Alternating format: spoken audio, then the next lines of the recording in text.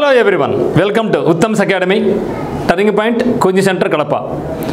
మనం ఆర్ఆర్బీ ఎన్టీపీసీకి సంబంధించి స్పెషల్గా ఓన్లీ స్పెషలైజ్డ్ ఫర్ ఆర్ఆర్బీ ఎన్టీపీసీకి కరెంట్ అఫైర్స్ అనేది మనం చూడబోతున్నాం. ఎందుకంటే మనం టైర్ 1లో కానీ టైర్ 2లో కానీ కొంచెం మేజర్ రోల్ వహించే అవకాశం ఉంది ఈసారి. అందువల్ల ఎన్టీపీసీ అంటే గతంలో జరిగినటువంటి ఎగ్జామ్స్ బేస్ చేసుకొని మనకి ఎంతవరకు అవసరమే అంతవరకే ఇక్కడ మీతో నేను డిస్కస్ చేయడం జరుగుతుంది. కాబట్టి ఈ యొక్క మన యొక్క ఛానల్ నందు ఎన్టీపీసీ యొక్క కరెంట్ అఫైర్స్ అనేది రెగ్యులర్గా మీకు అందిస్తూ ఉంటాం, ఇంపార్టెంట్ ఉన్నప్పుడల్లా కూడా. కాబట్టి ఫస్ట్ టైం చూస్తుంటే మనకి ఛానల్ సబ్స్క్రైబ్ చేసుకోండి. రైల్వే సంబంధించి ఆన్లైన్ కోచింగ్ కానీ ఆఫ్లైన్ కోచింగ్ కానీ ఇంపార్టెంట్ అప్డేట్స్ అన్నీ కూడా మేము మీకు అందిస్తూ ఉంటాం. మరి ఈరోజు ముఖ్యమైన విషయాలు చూసినట్టయితే నూతన నియామకాలు, సో అపాయింట్మెంట్స్ చూసినట్టయితే చాలా ఇంపార్టెంట్ అపాయింట్మెంట్స్ ఉన్నాయి ఈరోజు. ఒకటి ఏబీసీ చైర్మన్. సో ఏబీసీ అంటే ఇక్కడ మీరు ఏబిసిడి లెటర్స్ అనుకునేది కాదు ఇక్కడ. సో ఏబీసీ అంటే audit bureau of circulation. Audit bureau of circulation పత్రికా రంగం సంబంధించినటువంటిది అనమాట. ఇది ఎవరికి ఇచ్చారంటే రియాద్ మాథ్యూను ఎంపిక కావడం జరిగింది. సో యునానిమస్లీ ఈయన ఎలక్ట్ కావడం జరిగింది. సో ఏబీసీ చైర్మన్గా రియాద్ మాథ్యూ ఈయన వచ్చేసి మలయాళ మనోరమ. సో మన యొక్క రాష్ట్రంలో కేరళ రాష్ట్రంలో మలయాళ మనోరమ అనేది చాలా ఫేమస్. నాట్ ఓన్లీ కేరళ రాష్ట్రం, దేశవ్యాప్తంగా కూడా ఈ యొక్క పత్రిక చాలా మంచి పేరు ఉందన్నమాట. కాబట్టి మలయాళ మనోరమ గ్రూప్ చీఫ్ అసోసియేటెడ్ యొక్క ఎడిటర్ అయినా అదే మరి డైరెక్టర్ కూడా. అంటే ఆయన చీఫ్ ఎడిటర్ మరియు డైరెక్టర్ అయినటువంటి రియాద్ మాథ్యూను ఏబీసీ అంటే ఆడిట్ బ్యూరో ఆఫ్ సర్క్యులేషన్కు చైర్మన్గా నియమించబడడం జరిగింది. అదే మాదిరిగా ఏబీసీ యొక్క డిప్యూటీ చైర్మన్, సో చైర్మన్ వచ్చేసి రియాద్ మాథ్యూ, డిప్యూటీ చైర్మన్గా కూడా మనకు కరుణేష్ బజాజ్ వ్యక్తి కూడా ఎంపిక కావడం జరిగింది. అయితే ఈ యొక్క ABC chairman and ABC deputy chairman యొక్క పదవీ కాలం వరకు 1 year మాత్రం ఉంటుంది. ప్రతి సంవత్సరం మారుతూ ఉంటారనమాట. 24-25 సంవత్సరం సంబంధించి మనకు రియాద్ మాథ్యూ గారు చైర్మన్ గాను, కరుణేష్ బజాజ్ డిప్యూటీ చైర్మన్ గాను దీనికి వ్యవహరిస్తారనమాట. వీరి యొక్క పదవీ కాలం వచ్చేసి 1 సంవత్సరం మాత్రమే. 1 సంవత్సరం తర్వాత వీళ్ళ ప్లేస్ మరి కొత్త వాళ్ళు వస్తూ ఉంటారు. సో ఇక్కడ మనం గుర్తుంచుకోవాల్సిందేమంటే ఏబీసీ యొక్క అబ్రివేషన్ కూడా ఇంపార్టెంటే, audit bureau of circulation. So గతంలో ఏబీసీ యొక్క అబ్రివేషన్ అడగడం జరిగింది. అదే మాదిరిగా PTI press trust of India కూడా ఉందన్నమాట. దీని యొక్క అబ్రివేషన్ అంటే press trust of India. ABC audit bureau of circulation, PTI అనేది ప్రెస్ ట్రస్ట్ ఆఫ్ ఇండియా. మరి రెండవ నియామకం ఏమంటే Delhi chief minister. So Delhi chief మినిస్టర్గా అతీసి నియమించబడింది. చాలా ఇంపార్టెంట్. ఎందుకంటే ప్రజెంట్ మన భారతదేశంలో ఉమెన్ సీఎంలో ఉన్న రాష్ట్రం 2. ఒకటి వెస్ట్ బెంగాల్, ఇంకోటి ఢిల్లీ అనేది అటు రాష్ట్రంగాను యూటీగాను ఉంటుందన్నమాట. కాబట్టి అతీసి వచ్చేసి senior app leader AAP Aam Aadmi party. So Aam Aadmi party యొక్క సీనియర్ లీడర్. ఇటీవల కాలంలో అరవింద్ కేజ్రీవాల్ మద్యం కుంభకోణంలో జైల్లో ఉన్నారు. ఇప్పుడు బయటికి రావడం జరిగింది. జైల్లో ఉన్నప్పుడు కూడా అతను రాజీనామా రిజైన్ చేయలేదు. సో బయటికి బెయిల్ మీద విడుదలైన తర్వాత రాజీనామా చేసి ఆ యొక్క స్థానంలో అతీసిని సీఎంగా పీఠాన్ని కూర్చోబెడుతున్నారన్నమాట.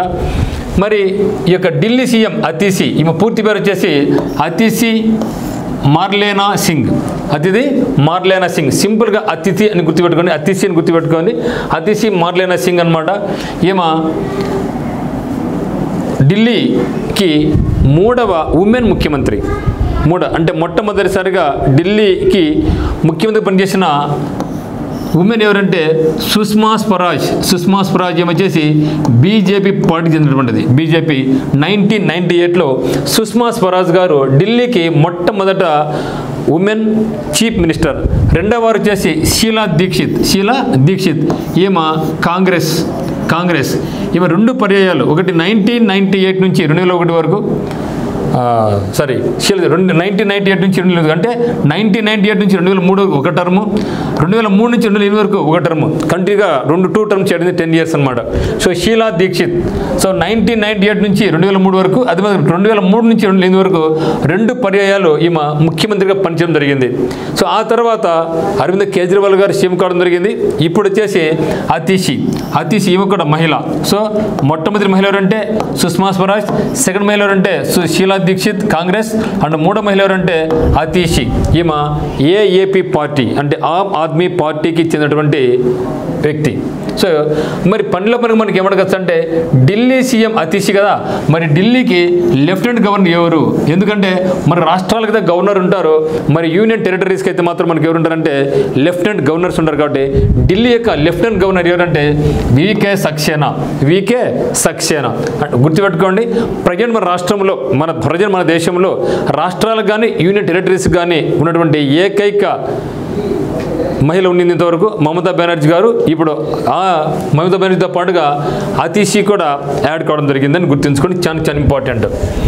తర్వాత Asian men's hockey champions trophy జరిగింది 2024 సంబంధించి. ఇది ప్రతి సంవత్సరం జరుగుతూ ఉంటుందన్నమాట.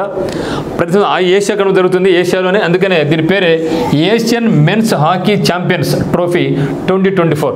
సో ఛాంపియన్స్ ట్రోఫీ అనేది మనకి ఇక్కడ దీనికి సంబంధించిందంటే హాకీ రంగానికి చెందినటువంటిది గుర్తుపెట్టుకోండి. అయితే 2024 సంబంధించి విన్నర్ ఎవరంటే the great Bharat, India winner. మరి ఈ యొక్క 2024 మెన్స్ హాకీ ఛాంపియన్షిప్కు ఆతిథ్య దేశం హోస్టింగ్ కంట్రీ వచ్చేసి చైనా. సో చైనాలో జరిగినప్పటికీ చైనాను ఫైనల్ ఓడించి ఇండియా కప్పు గెలుచుకుని రావడం జరిగింది.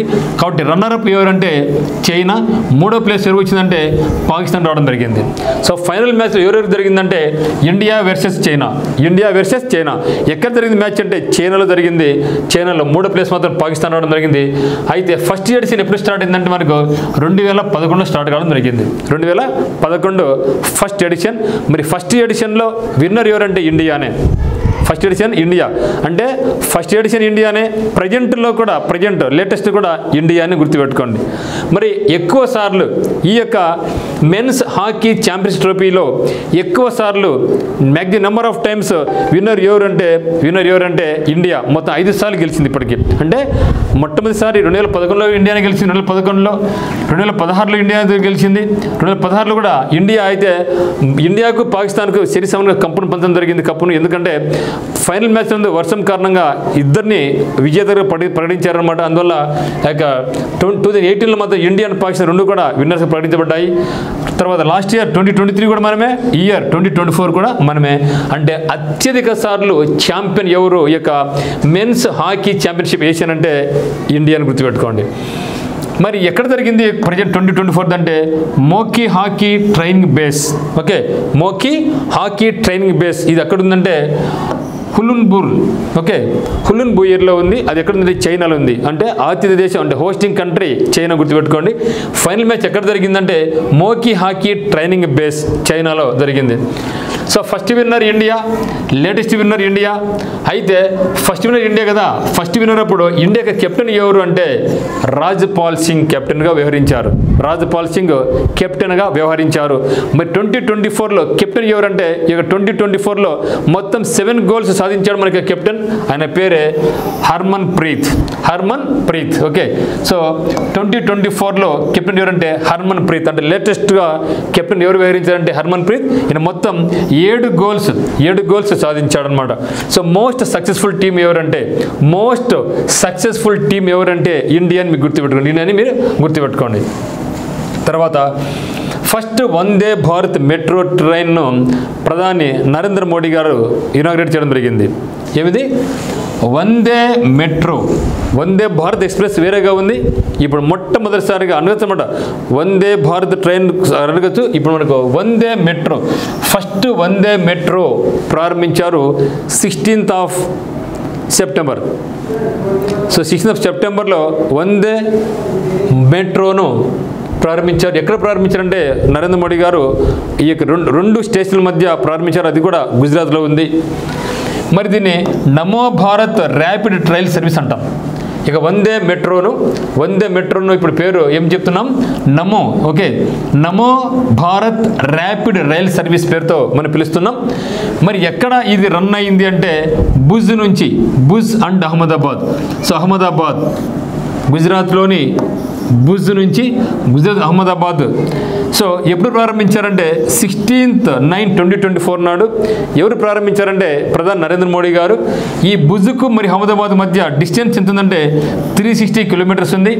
ఈ యొక్క 360 కిలోమీటర్స్కు ఎంత ప్రయాణం పడుతుందంటే 5 గంటల 45 నిమిషాలు, 5 hours 45 minutes పడుతుంది. 5 hours 45 minutes పడుతుంది. మరియు ఇది మ్యాక్సిమం స్పీడ్ ఎంత పోతుందంటే 110 km/h వరకు పోతుంది అనమాట. సో 110 ఓకే, సో 110 km/h వరకు పోతుంది అనమాట. మరి దీన్ని ప్రారంభించింది ఎవరంటే ప్రధాని నరేంద్ర మోడీ గారు. కాబట్టి ఫస్ట్ వందే మెట్రో ఎక్కడ బిట్వీన్ భుజ్ అండ్ అహ్మదాబాద్, భుజ్ మరియు అహ్మదాబాద్ మొత్తం distance 360 kilometres, journey time 5 hours 45 minutes. ఎవరు ప్రారంభించారు? నరేంద్ర మోడీ గారు. ఏ తేదీ? 16/9/2024 నాడు ప్రారంభించారు. దీనికి స్పీడ్ ఎంతంటే 110 km/hతో ఇది ప్రయాణిస్తుంది అనమాట. ఆ తర్వాత చంద్రయాన్ గురించి మనకు చాలా కీలకమైన పాయింట్స్ ఈరోజు ఉన్నాయన్నమాట. చాలా చాలా చాలా ఇంపార్టెంట్ ఇది. సైన్స్ అండ్ టెక్నాలజీ పరంగా మనకు ఎన్టీపీసీలో మంచిగా బిట్స్ అడిగే అవకాశం ఉందన్నమాట. సో చంద్రయాన్ 3 అయిపోయింది చూసాం మనం. చంద్రయాన్ 4కి కేంద్ర క్యాబినెట్ ఆమోదముద్ర వేసింది. చంద్రయాన్ 3 సక్సెస్ఫుల్గా ఇండియా దక్షిణ ధ్రువం మీద మనకి లాంచ్ కావడం జరిగింది. మనకి మిషన్ లాంచ్ కావడం జరిగింది సక్సెస్ఫుల్గా. ఇప్పుడు చంద్రయాన్ 3 అయిపోయిన తర్వాత చంద్రయాన్ 4కు కేంద్ర క్యాబినెట్ ఆమోదముద్ర వేసింది. మరి దీనికి ఎంత డబ్బులు, ఎందుకు చంద్రయాన్ 3 అంటే ఏంది, సూర్య అంటే ఏంది, ఇవన్నీ కూడా మనం చూడబోతున్నాం.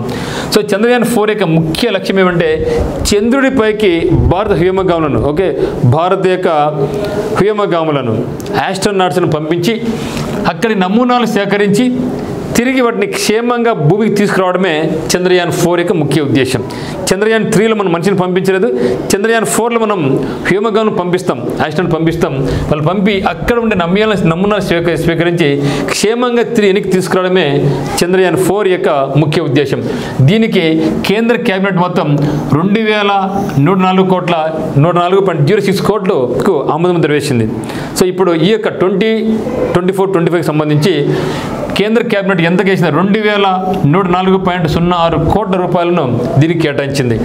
మరి అదేవిధంగా భారతీయ అంతరిక్ష కేంద్రం నిర్మించుకోవడంతో పాటుగా అంటే ఇప్పుడు అమెరికా, చైనా, రష్యా వాళ్ళు ఓన్గా అంతరిక్ష కేంద్రాన్ని ఏర్పాటు చేసుకోవడం జరిగింది. అదే మరి ఇండియా కూడా స్వంతంగా మనకు అంతరిక్షంలో మనకంటూ ఒక అంతరిక్ష కేంద్రం ఏర్పాటు చేసుకునే ఉద్దేశంతో భారతీయ అంతరిక్ష కేంద్రం నిర్మించుకోవడంతో పాటుగా 2040 నాటికి సొంతంగానే హ్యూమగాములను చంద్రుడిపైకి పంపించడం మన యొక్క లక్ష్యం. మనం ఏం చేస్తాం? చంద్రుడి మీద అడుగు పెట్టి వస్తాం. ఇప్పటికి 2040 నాటికి ఓకేనా. సో ఇది అయితే ఇంకోటి ఏమంటే వీనస్ ఆర్బిటర్ మిషన్. సో వీరి సంబంధం తెలుసు. శుక్రగ్రహం మీద మరిన్ని పరిశోధనలు పంపించడానికే ఈ యొక్క మిషన్ మనం ప్రారంభించడం జరిగింది. శుక్రగ్రహంపై మరిన్ని పరిశోధనలు కేటాయింపు దీనికి సంబంధించి 1236 కోట్లు కేటాయించడం జరిగింది. ఓకే, వీనస్ ఆర్బిటర్ మిషన్కు 1236 crores కేటాయించడం జరిగింది. చంద్రయాన్ 4కి సంబంధించి 2104.06 crores మనం కేటాయించడం జరిగింది. అదే మాదిరిగా NGLV సూర్య అనే పేరుతో కూడా NGLV ఇక్కడ ఏమంటే ఎన్ అడిగమంటే NG అంటే next generation launch vehicle. So అంటే అవి ఇప్పుడున్నటువంటి లాంచ్ వెహికల్స్ కంటే ఇది అడ్వాన్స్డ్ వెహికల్ అనమాట. చాలా ఎక్కువ బరువులు మోసుకెళ్తుంది, మరి తక్కువ ఖర్చు కూడా. సో తక్కువ ఖర్చు, మళ్ళీ మీరు దాన్ని వినియోగించుకోవచ్చు అనమాట లాంచ్ వెహికల్ను. ఓకే, సో పాక్షిక పునర్వినియోగ తదుపరి తరం లాంచ్ వెహికల్ సూర్య అభివృద్ధికి కేంద్ర క్యాబినెట్ ఆమోదముద్ర వేసింది. సో NGLV మనకి PSLV, SLV ఈ తరంలోనే ఇప్పుడు మనకు లేటెస్ట్ ఏమంటే NGLV next generation launch vehicle. ఇది ఎందుకంటే ఎక్కువ బరువులు పైకి తీసుకెళ్తుంది, తిరిగి మనం వినియోగించుకోవచ్చు, ఖర్చు కూడా తక్కువ మిగతా వాటితో పోల్చుకున్నట్లయితే. సో సూర్య అభివృద్ధికి కేంద్ర ఆమోదముద్ర వేసింది. ఇస్రో లాంచ్ వెహికల్ Mark 3 కంటే మనకి లాంచ్ వెహికల్ Mark 3 కంటే 3 రెట్లు అధికంగా పేలోడ్ను ఇది తీసుకెళ్ళగలుగుతుంది. అంటే ఇప్పుడు 1 కిలో తీసుకెళ్తుంది అనుకోండి లాంచ్ వెహికల్ Mark 3 అనేది. ఇది 100 కిలో అయితే 300 కిలోలు తీసుకెళ్తుంది. వెహికల్ అయితే 3 కిలోలు తీసుకెళ్తుంది. ఇంత బరువును NGLV సూర్య అనేది మనకు తీసుకెళ్తుంది అనమాట. దీనికి కేంద్ర క్యాబినెట్ ఎంతకు ఇచ్చిందంట 8,240 crores కేటాయించింది. 8,240 crores కేటాయించింది NGLV సూర్యకు. తర్వాత గగనయాన్ అభివృద్ధికి. సో గగనయాన్ అభివృద్ధికి 20,193 crores అండి. చాలా ఇంపార్టెంట్ బిట్ అది. గగనయానికి వచ్చేసి మనం 20,193 crores కేటాయించాం. దీనికి ఇంకా 11,110 crores దీనికి విస్తరించడానికి అదనంగా మళ్ళీ ఖర్చు పెడుతున్నాం అనమాట. అయితే 2028 నాటికి 8 మిషన్లు పూర్తి చేయాలని లక్ష్యం పెట్టుకున్నాం. గగనయాన్లో భాగంగా మొత్తం 2028 నాటికి మనం మొత్తం 8 మిషన్లు ఏర్పాటు చేయడం జరిగింది. సో ఇవన్నీ కూడా మనం చంద్రుడికి పంపిస్తూ ఉంటాం అనమాట. సో తర్వాత PM ఆశా AASHA. మరి PM ఆశ అనేది సెంట్రల్ గవర్నమెంట్ యొక్క స్కీమ్. సో PM ప్రధానమంత్రి అన్నదాత ఆయ్ ఓకే సంరక్షణ్ అభియాన్. ఎస్ఎస్ అంటే సంరక్షణ అనమాట. ఓకే చూద్దాం సరే. అన్నదాతలో ఏ తీసుకున్నారు, ఆయిలో ఏ తీసుకున్నారు, సంరక్షణలో S1 తీసుకోవడం జరిగింది, అభియాన్లో ఏ తీసుకోవడం జరిగింది. కాబట్టి PM ఆశ అంటే ఏమంటే ప్రైమ్ మినిస్టర్ అన్నదాత ఆయి సంరక్షక్ అభియాన్ అనే పేరుతో తీసుకోవడం జరిగింది. ఇది ఎందుకంటే రైతులకు తగిన మద్దతు ధర ఇవ్వడం, రైతులకు తగిన తమ పంట పండిస్తారు కదా, ఆ పంటకు తగినటువంటి మద్దతు ధర ఒకవేళ ఆ ధర పలకపోతే గవర్నమెంట్ ఆ యొక్క ధరకు తీసుకొని రైతులు డబ్బులు అనమాట. ఆ యొక్క దానికి సంబంధించి రైతులకు తగిన మద్దతు ధర ఆమోదించడంతో పాటుగా మార్కెట్లో నిత్యావసరాల ధరలు నియంత్రించడమే PM ఆశా యొక్క ముఖ్య ఉద్దేశం. అంటే గవర్నమెంట్ అలొకేట్స్ దీనికి ఎంత అలొకేట్ చేస్తుంటే 35 crores అలొకేట్ చేసింది అనమాట దీనికి. సో ఈ యొక్క స్కీమ్కు సెంట్రల్ గవర్నమెంట్ 35 crores అలొకేట్ చేయడం జరిగింది. దీనికి కేంద్ర క్యాబినెట్ ఆమోద ముద్ర వేసింది అనమాట. అదే మాదిరిగా దీనికి సంబంధించి యూనియన్ మినిస్టర్ ఎవరు అంటే యొక్క అగ్రికల్చర్కు యూనియన్ మినిస్టర్ ఎవరు అంటే అశ్విని వైష్ణవ్. తర్వాత PM జనజాతీయ ఉన్నత గ్రామ అభియాన్. ఓకే PM జనజాతీయ ఉన్నత గ్రామ్ అభియాన్ దేశవ్యాప్తంగా గిరిజన వర్గాలకు షెడ్యూల్ ట్రైబ్స్కి గిరిజన వర్గాల సామాజిక ఆర్థిక స్థితిగతులు మెరుగుపరచడం. ఎందుకంటే ఇక ST ట్రైబల్స్ వాళ్ళకి స్థితిగతులు చాలా బాగుండవు, దీనంగా ఉంటాయి. అటువంటి వాళ్ళని అప్లిఫ్ట్ చేయాలనే ఉద్దేశంతో దాదాపుగా మనకు మొత్తం 79,140 crores కేటాయించిందన్నమాట. 79,156 crores ఇలా కేటాయించిందనమాట. సో ఈ up to 5 lakhs rupees each tribal హౌస్కి ఇస్తారు. అప్ టు 5 lakhs వరకు ఇస్తారు. ఇది అడగచ్చు అనమాట. ఇక PM జనజాతీయ ఉన్నత గ్రామ అభియాన్ పథకం కింద గరిష్టంగా ఒక హౌస్ హోల్డ్కి ఎంత ఇస్తారు అంటే గరిష్టంగా 5 lakhs వరకు ఇస్తారనమాట. ఎక్కడికి ఇస్తారు each tribal house holds and villages across the country దేశవ్యాప్తంగా. సో దేశవ్యాప్తంగా చూస్తే మొత్తం 63,000 విలేజ్లు కవర్ కావడం జరుగుతుంది. సో మొత్తం 63,000 crores విలేజ్ 63,000 విలేజెస్ ఇక్కడ మనకు కవర్ అవుతుంది అనమాట. మరి దీని యొక్క బెనిఫిటింగ్ ఏమంటే 5,000 crores ట్రైబల్ పీపుల్ ఉన్నారు. ఓకే మొత్తం 5 కోట్ల ట్రైబల్ పీపుల్కు ఇది అందిస్తారనమాట.